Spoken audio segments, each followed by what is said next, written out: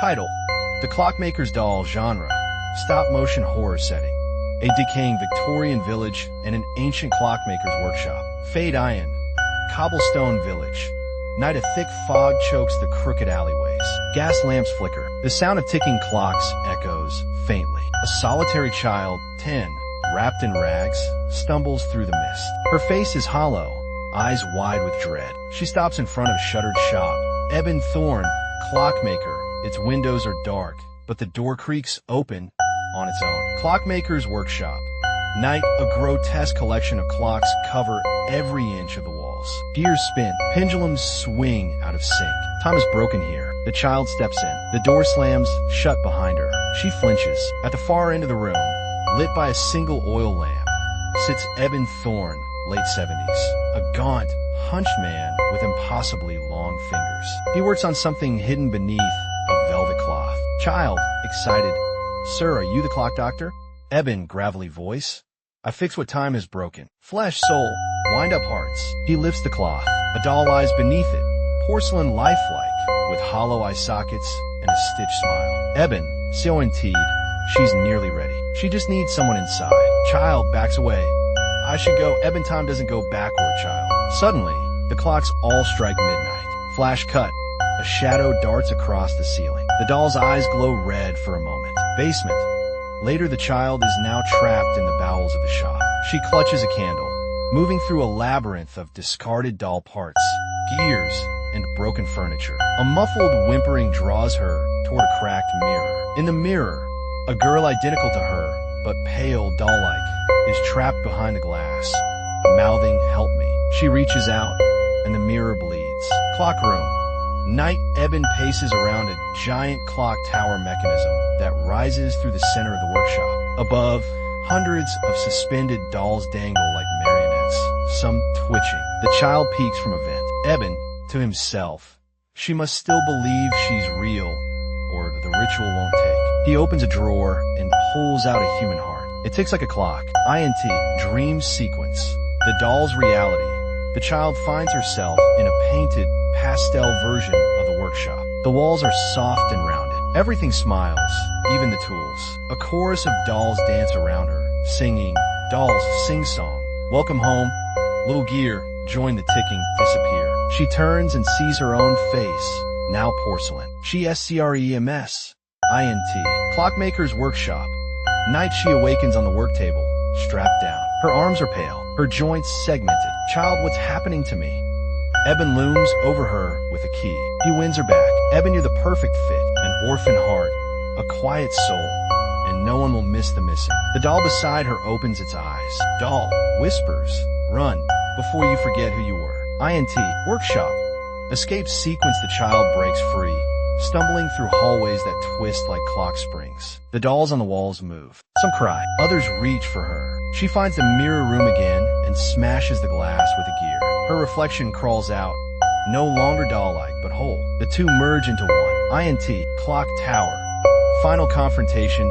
She climbs the tower where Eben is conducting a ritual with the ticking heart and the master clock. Child, you can't steal time. It isn't yours. Eben, it's mine to carve. You're all just soft clay in the hands of time. He wins the heart. The walls shake. Dolls scream. She throws a wrench into the mechanism. The gears jam. The master clock spins backward. Dolls fall like broken puppets. Eben begins to crack. Literally. His body splits at the seams. Porcelain beneath his skin. He collapses, ticking. Workshop. Dawn sunlight seeps into the dusty shop. The clocks are silent. The child, free and whole again, walks out into the morning. A small doll peers out from the window behind her, her exact likeness, smiling faintly. Village. Morning children walk the cobbled streets again, safe. But far above, in the cracked face of the tower clock, one hand twitches. Fade to black. Text on screen. Time waits for no one. Village. Later that day, the child, now clean and in fresh clothes, sits on the steps outside an orphanage. Other children play nearby. She watches the sunlight, dazed but smiling softly. Behind her, the orphanage matron waves kindly and says, "Matron, you're safe now, dear. You'll never have to see that horrid place again." The child nods, but her hand twitches unnaturally, a subtle, mechanical click beneath the skin. INT, clockmaker's workshop.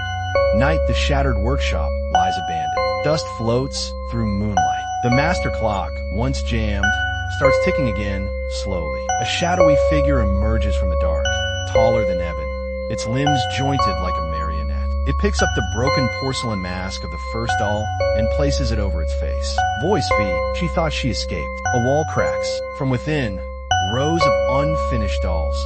Hundreds.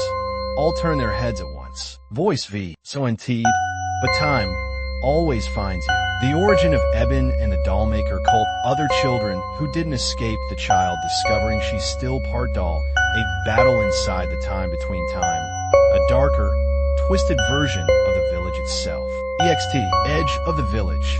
Sunset, the sky is stained with orange and bruised purple. The child walks along a narrow path that leads away from the village. She glances back once. The clock tower stands still, broken, silhouetted against the dying light. Her fingers twitch again, louder this time. Tick-click. She flexes her hand. Nothing, just a trick of nerves. Right? She turns and continues down the path toward the woods. Woods. Night, camped beneath a crooked tree. The child huddles beneath a tattered blanket. A stolen journal rests in her lap. Eben's ledger, recovered from the ruins. She flips through pages scrawled in a strange language. Diagrams of human anatomy, fused with clockwork. Notes refer to something called the time-flesh engine. Vessels unbound. The girl prototype. Success? Her eyes widen. Suddenly, a whisper. Whisper. She's awake now. The pages flip by themselves, stopping on an illustration of a massive underground gear structure, labeled only the heart of time. In clockmaker's workshop, basement. Same time the ruined workshop is quiet, until the wall behind the mirror room begins to groan. Something is moving beneath the building. A long, mechanical arm punches through the floor, dragging itself upward. It's not Eben. A tall, faceless figure of stitched skin and brass bones crawls into the space. In place of a head, a porcelain mask. The child's face, cracked and still smiling. It whispers in a chorus of overlapping voices. Figure, the first shell is broken, but the core remains. It lifts a shattered doll and whispers into it. The doll's eyes glow red. A dozen others twitch awake. Village. Night, back in the village. The townspeople gather near the orphanage. They speak in hushed tones. The sky above them begins to flicker unnaturally, stars rearranging like gears in motion. A baby's cry distorts into a mechanical whir. The clock tower, broken and silent, ticks once. INT, unknown chamber. Outside of time, the child dreams. She floats in a void of ticking sound. Gears the size of buildings turn endlessly in darkness. At the center, a black clock face suspended in space, its hands spinning wildly. Around it float versions of herself. Dozens of other children, frozen in place, doll-eyed and expressionless. Then, one of them blinks. She looks directly at the child and whispers, "Other child, you think you escaped. You were just first." The child SCREMS. EXT. Woods. Morning, she wakes with a gasp, the journal clutched to her chest. Wind chimes clatter in the trees, though no wind blows. In the dirt beside her, carved by an unseen hand, meet the maker. Her hands twitch again, louder. The clicking spreads into her shoulder, down her spine. She doesn't notice the small gear protruding from her back. Wilderness beyond the village. Night, the child stands alone at the edge of the woods, the ruined clock tower behind her. Crickets chirp faintly. A breeze stirs the trees. In her hand, Eben Thorne's journal, bound in cracked leather, clasped shut with a lock shaped like an eye. She looks down at her reflection in a puddle. Her face seems normal until she blinks. In the reflection, just for a heartbeat, her eyes are glass. She jerks back. The puddle is still. Her breath quickens. Then tick, tick, tick. Her arm moves slightly on its own. A metal sound beneath her skin. She grips it. From the tree-line, a quiet voice calls. Unknown voice. "Oh, you're not done yet." She spins, but no one is there. Just a long, winding path, overgrown and shrouded in mist, disappearing into the deep woods. Hanging above it, nailed to a rotted post, a wooden sign, freshly carved in delicate calligraphy. The maker awaits. She looks down at the journal again. The eye on the lock is open now. Cut to black. The ticking continues. Then, silence.